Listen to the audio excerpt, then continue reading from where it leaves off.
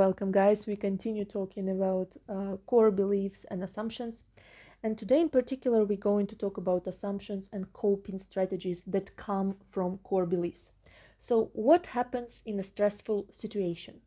Our core beliefs get activated. So, for example, you have a core belief that you are stupid, and when you are going through an exam, this is a stressful situation. It activates your belief that you are stupid, and you get anxious and you can panic at the exam because of this belief.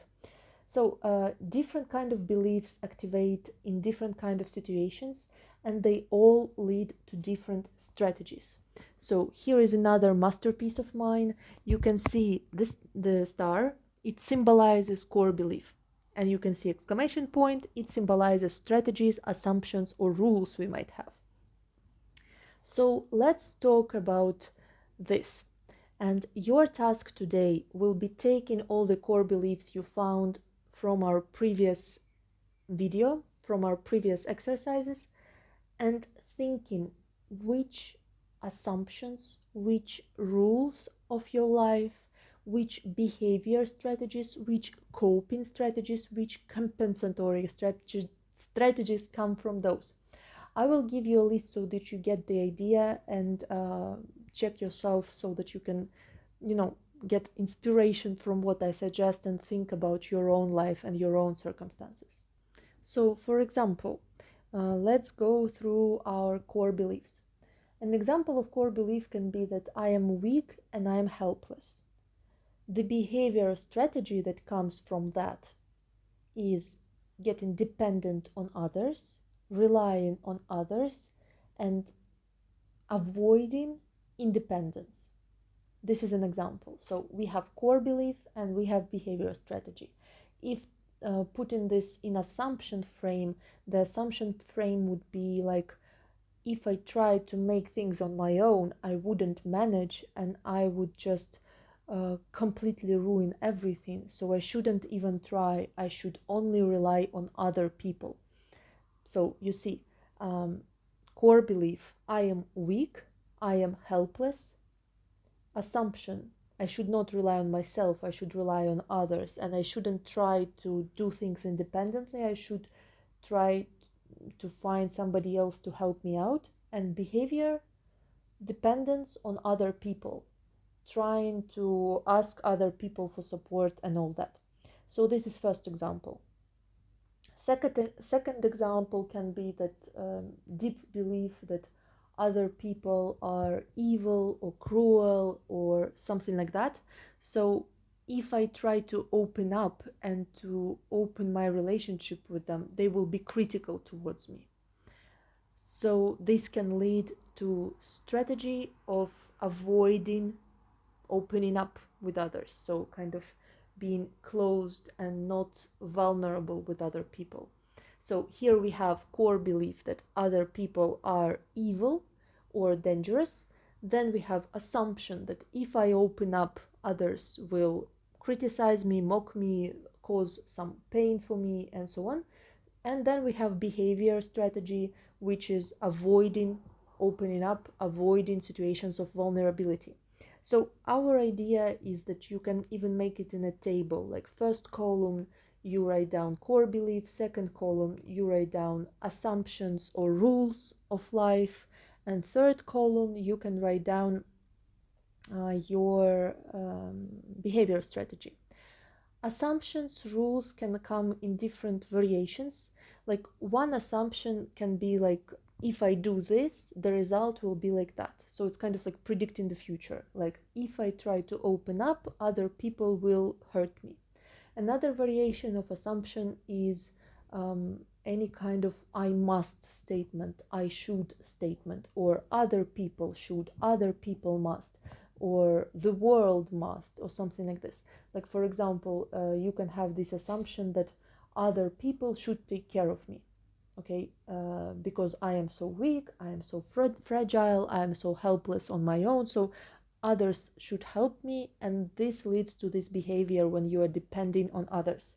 So all kinds of should and have to and I must, and if I don't do this, this horrible thing happens. those are examples of possible assumptions, rules, should statements, and so on. So think creatively which ones you might have. So this was second example that leads to avoidance. Another example that leads to avoidance can be that I am smart and I can take care of myself, and other people are unreliable and stupid. So which assumption or rule for life comes from that?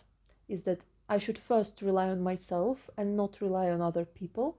Other people are unreliable. I should take care of my own emotional needs instead of trying to share about them with somebody else.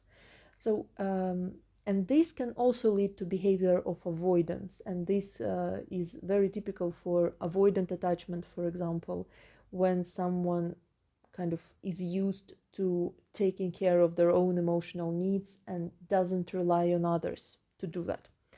Next, what we can have is, for example, you have this deep core belief that people around you are your enemies and that you live in a competitive world, and if somebody wins, you lose. If you win, others lose.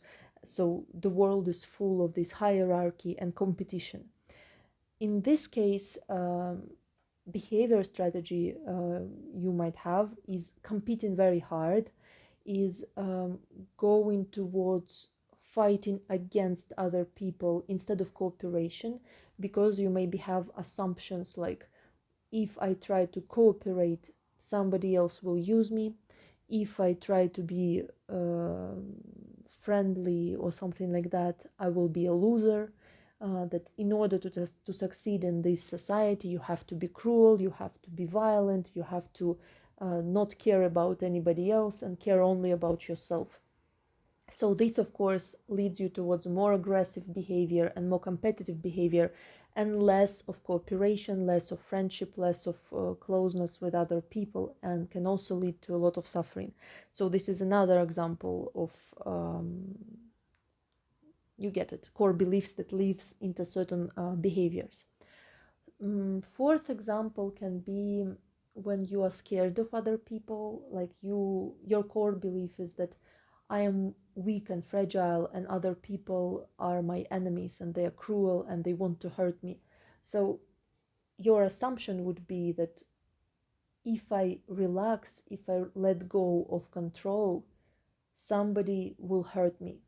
So your behavior strategy might be controlling everything, controlling every single thing.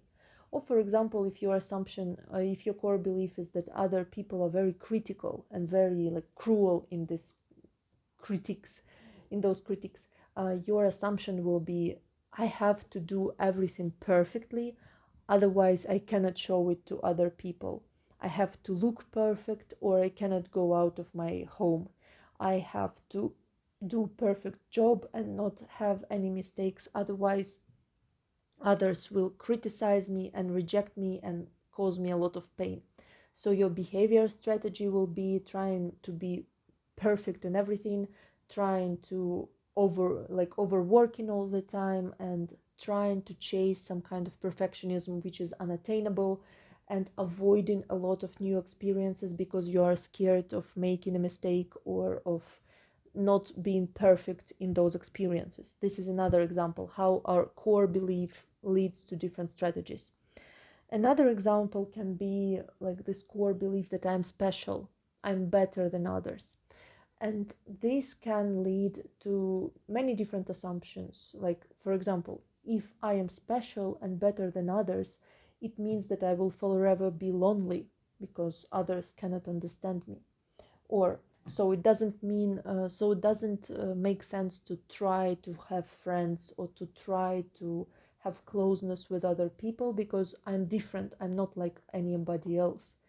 Another idea that if I am special, it means that others should be serving me or should be giving me special treatment, or I'm special and not like anybody else, so I cannot face misfortunes that other people face, like sickness or something like that. So you see many different assumptions, or I'm special and not like everybody else, so I deserve much more than them, and it's just how it should be. Or I'm special and not like anybody else, and if somebody doesn't recognize it, they should be punished in kind of cruel way. So you see, this core belief, I am special, can lead to different assumptions. Or also, many people can get into procrastination or perfectionism because they have this idea, I am special. So they're too scared to try things in which they are not special at all, and in which they don't have any competence or talent. And because of it, it limits their life experience, because they try to maintain this, oh, I'm special, I'm better than everyone. So which behaviors can it lead to? First of all, it can lead to not even trying to be in contact with other people, because you think you can never get close to them because you're not like anybody else. It can also lead to you avoiding what you want to do because you're scared to make mistake and not be special anymore. It can also lead to you maybe abusing other people or being not nice to them because you have this idea that you're special and you deserve it, and so on and so on and so on. So you see, this is I'm special idea can also manifest in different ways. Or also, if you have this core belief that I am special, and then you get like average result or average profession or average life, you might feel very miserable and unhappy about it, because your expectation was that you are supposed to have some amazing life and to be like on the top, and you are not, and then you become very disappointed and depressed because of it. So you see, it leads to different kinds of issues and problems.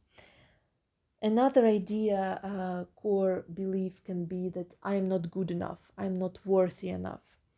And this can lead, for example, to this assumption that I need to try very hard to prove that I'm worthy of attention. And here we see people who try to people please, people who try to overwork, people who try to look perfect, do everything perfect, who get very weirded out by any mistakes that they might make, and so on, because they have this idea that I am not worthy and I have to deserve attention, love, and care by doing things. um, what else can be? Also can be that, for example, the most important thing, something in life, is attention from other people and their opinion. Can have a core belief like that. In this case, you are going again, try to impress other people and to have their attention and you know care and love and so on. um, Another core belief can be related to any kind of mistakes or new experiences, like for example that um, mistakes are horrible, I should never make any mistakes, because if I do those mistakes, other people will destroy me, for example. So here we have this idea, this assumption that mistakes are not acceptable, and the reason for this assumption is that your deep belief is that other people are dangerous and horrible and not forgiving for your mistakes. So in this case, you might be very perfectionistic again. Another core belief can be, again, this that people are like enemies to each other and you have to be on top.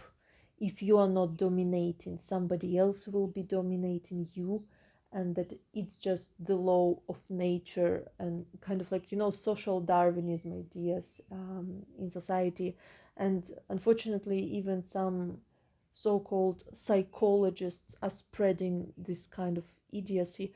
But anyway, this kind of idea is quite typical for somebody with narcissistic traits and antisocial traits. And if you have this idea that the world is like a big competition, if you don't kill somebody, somebody else will kill you, it can lead you to this assumption that you should be dominating others and scaring others and controlling others, because if you do not, they will dominate you and scare you and hurt you. So you should be the author of violence, otherwise they will be violent towards you. So this kind of thing can lead to very aggressive and abusive behavior towards others. And oftentimes people with antisocial traits or this narcissistic traits, egocentric traits, can have similar ideas. Of course, not all the time, but very, very often. So whenever you hear somebody telling that, oh, the world of humans is like competition, the strongest wins and all that, remember it's part of antisocial worldview, like criminal worldview in many cases, and it's not fruitful. It's another of those core beliefs that can be harming people, because somebody who has those core beliefs, they have only one way of functioning. They have this way of dominating other people and scaring them, and they don't have any other instrument to communicate with people, and this can lead them to very miserable life and cause a lot of pain around them as well. Okay, next, what you can have is, for example, you have belief about yourself that um, let's say you have belief about yourself that you are not worthy, not lovable as you are, and other people wouldn't love you as you are. So in order to be accepted by other people, you need to play a certain role. So here we have core belief: I am unlovable. And then from this we have assumption that in order to get love and attention, I need to play a certain role. And then behavior, you start playing a role, and then you start kind of masking your true self, and this can be very, very tiring. Another core belief that you might have is, for example, that I am very weak, I am very fragile, I have very bad health, let's say. And this core belief oftentimes is behind you know, people who have anxiety disorders or panic disorders and so on. So they start, as they have this idea that I am weak and fragile and my health is very fragile, they have this assumption that I have to pay a lot of attention to take care of my health and a lot of attention to how I am feeling. And this leads them to this over control, super control, hyper control over their symptoms, over how I'm feeling and so on. And this can actually make their anxiety worse, but this is a whole different topic. So those were some examples. In schema therapy, you have even like different tests for what schemas you have. You can also do those if you want to have some additional information about your possible core beliefs. More or less, we can have those ideas, like, for example, idea that I will be abandoned, I will be betrayed. It oftentimes happens when you were abandoned at some point in childhood, so you expect another person to abandon you again. And this can be also like an assumption that you have. And core belief behind it can be that others are unreliable, or I am unlovable, I am not worthy of attention, and so on. And because of it, you might be hyper vigilant and expecting your partner to cheat on you. You might be excessively jealous, let's say, or something like that. Next to what we can have this core belief that something is defective about you, that something is wrong about you. This oftentimes happens when parents are shaming you or blaming you and saying that you hurt them, but don't explain how. So you get this idea that you can hurt others even if you don't know how or why, and so on.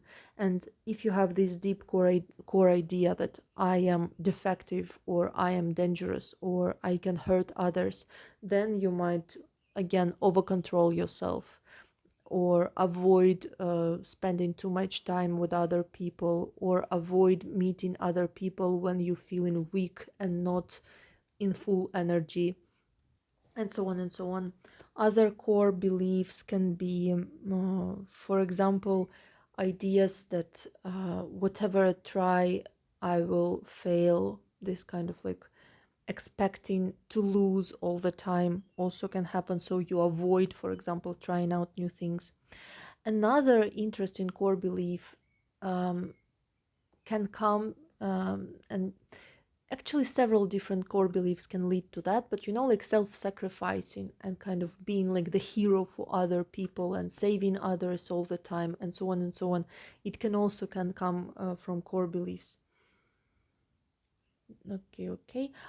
Also can be this core belief that I am smart, I am stupid, I am weak, so I should obey other people and do as they tell me.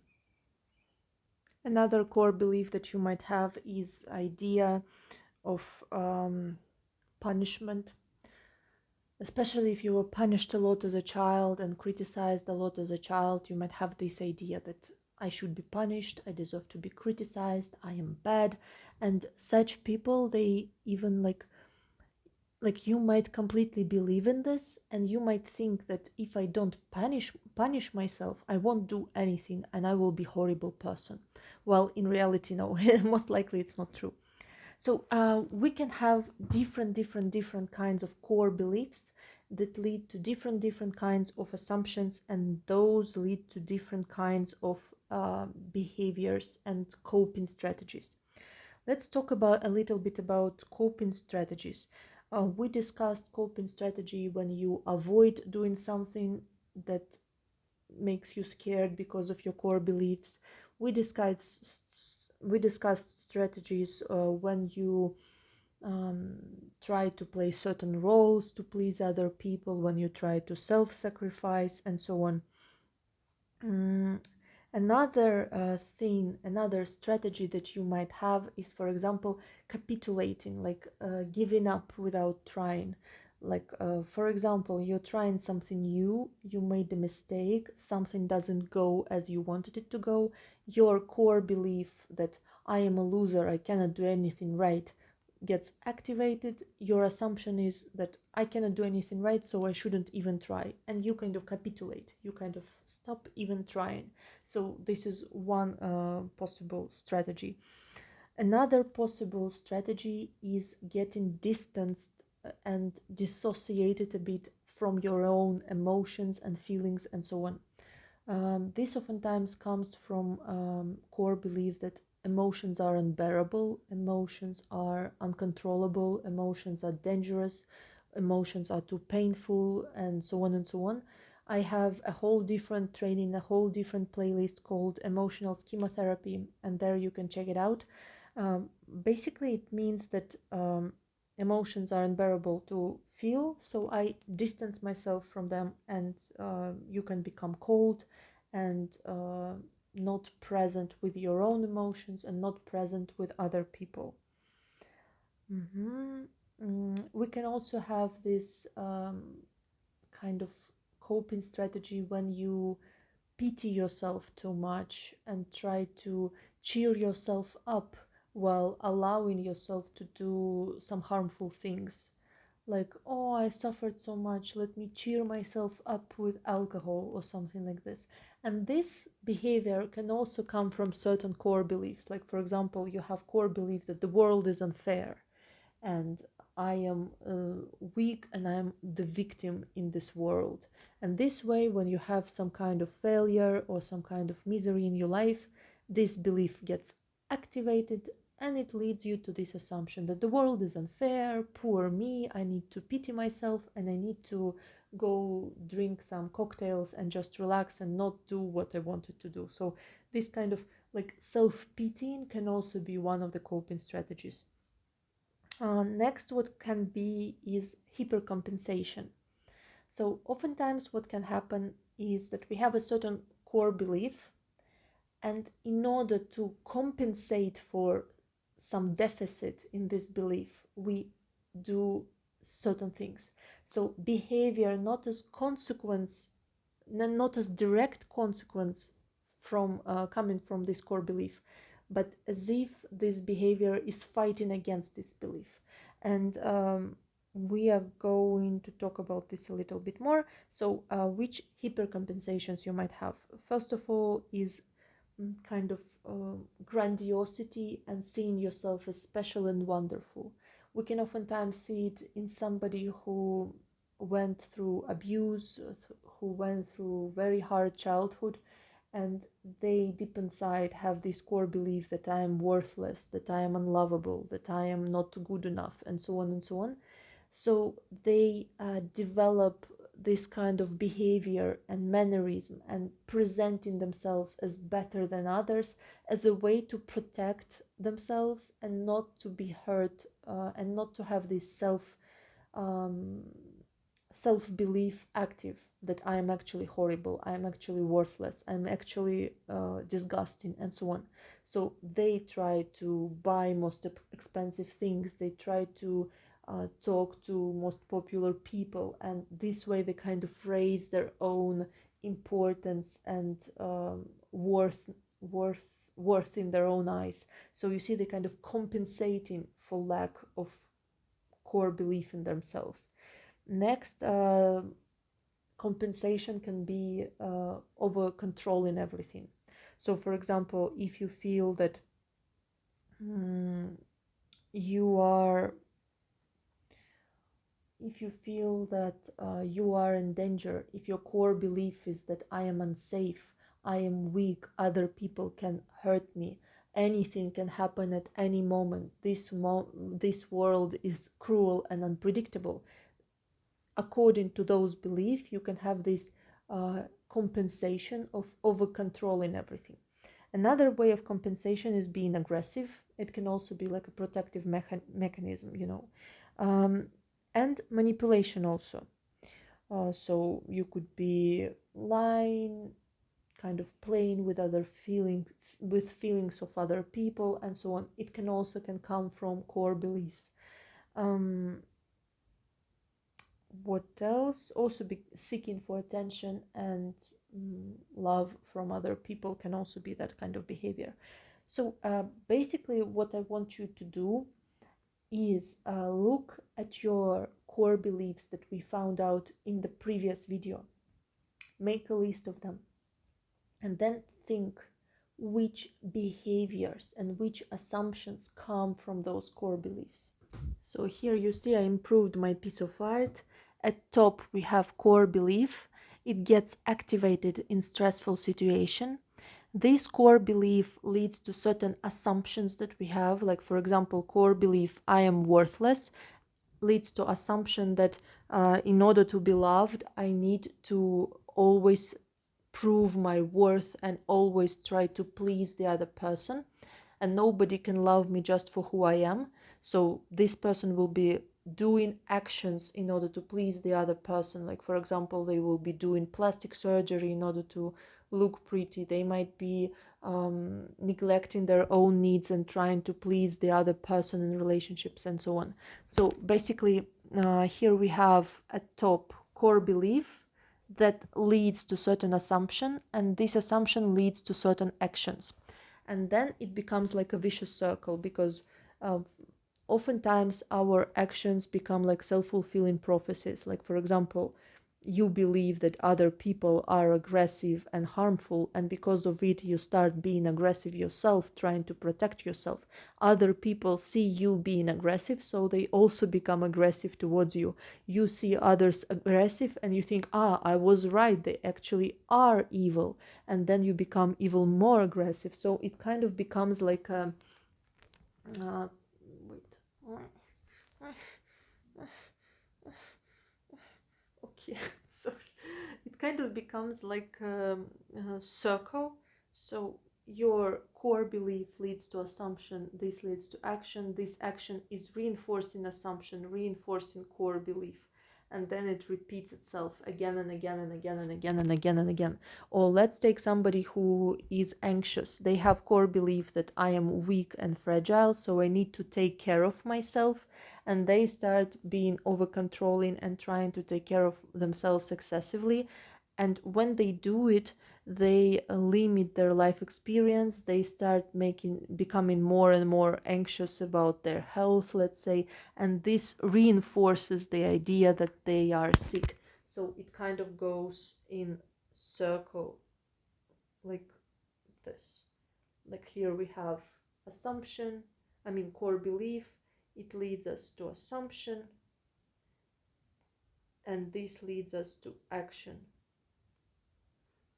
And this action is reinforcing core beliefs. So it works like this, and this is why our core beliefs are such a trap. Basically, they're shaping our life. So this is why we are paying so much attention to them.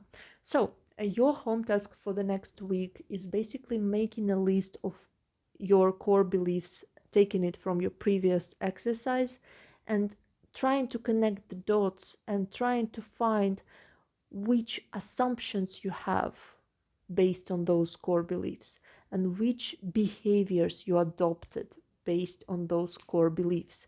Of course, it's impossible to notice all of the behaviors and all of the assumptions, because I promise to you, it's like you go into therapy for a year and then you still start keep finding new and new things. So don't be too perfectionist about it, just do what you can.